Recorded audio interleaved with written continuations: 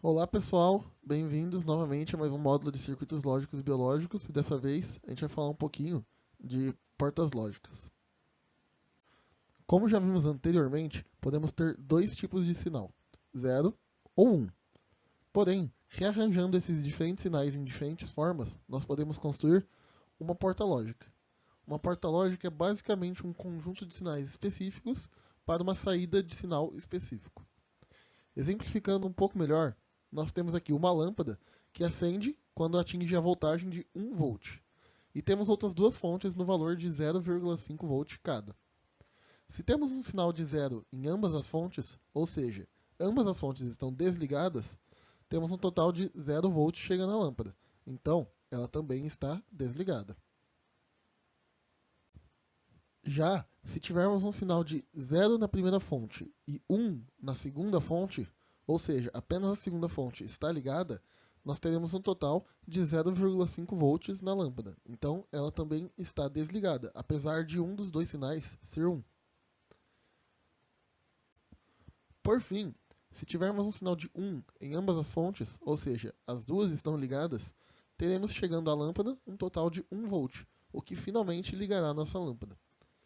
Esse conjunto específico de sinais, ou seja, a necessidade de ambos os sinais chegarem à lâmpada, define uma porta lógica.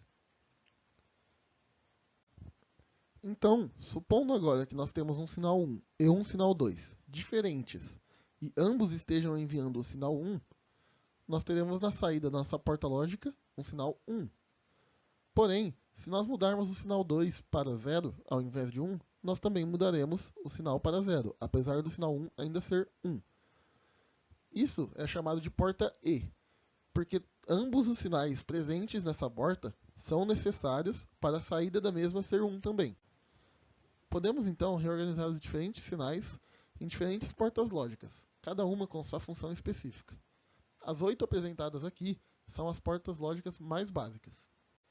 Não existe uma tradução direta para a porta buffer, porém nós podemos explicá-la como sendo apenas um amplificador. Ou seja, em algum ponto do nosso circuito, se tivermos um sinal fraco, podemos utilizar um buffer para amplificar o sinal e reproduzir ele novamente, deixando ele mais forte. Então, o sinal que chega ao buffer é o mesmo sinal que sai, sendo ele 0 ou 1. A porta não é simplesmente o inverso do buffer, ou seja, todo sinal que chega nela sairá invertido. Ele é basicamente um inversor de sinal. Portanto, se temos 0 chegando, temos 1 saindo. E se temos 1 chegando, temos 0 saindo. Já a porta E, que é a mesma que foi apresentada anteriormente, necessita de dois sinais positivos para também ter um sinal positivo. Ou seja, A e B precisam ser 1 para C ser 0. Como podemos ver aqui, qualquer outra interação que não tenha ambos sendo 1 terá um sinal de C igual a 0. Já a porta não E funciona da mesma maneira que a porta E, porém invertida. Ou seja, o sinal de D sempre será 1, a não ser quando A e B também sejam 1, que então D é igual a 0, pois ambos estão ativados, então ele desativa a porta. Já a porta OU não é tão seletiva quanto a porta E. Portanto, seja o sinal de A ou de B igual a 1, o sinal de C também será igual a 1. Qualquer um dos dois basta para ativar aqui nossa saída. Já a porta não OU é exatamente a mesma coisa que a porta OU, porém invertida. Ou seja, seja o sinal de A ou B igual a 1, o sinal de D vai ser 0. Ele será apenas igual a 1 quando tiver tudo desligado.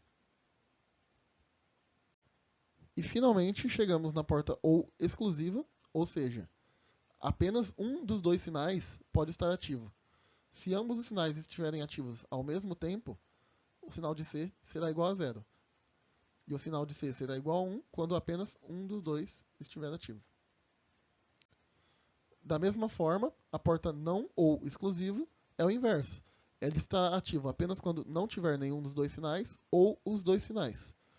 Qualquer um dos dois que esteja ativo sozinho resultará no 0. E muito obrigado pela atenção, pessoal. Essa primeira parte foi só realmente porta lógica e a teoria dela. E na segunda parte desse mesmo módulo, A gente já vai ver uns exemplos um pouco mais aplicados. E a gente se vê na próxima, então.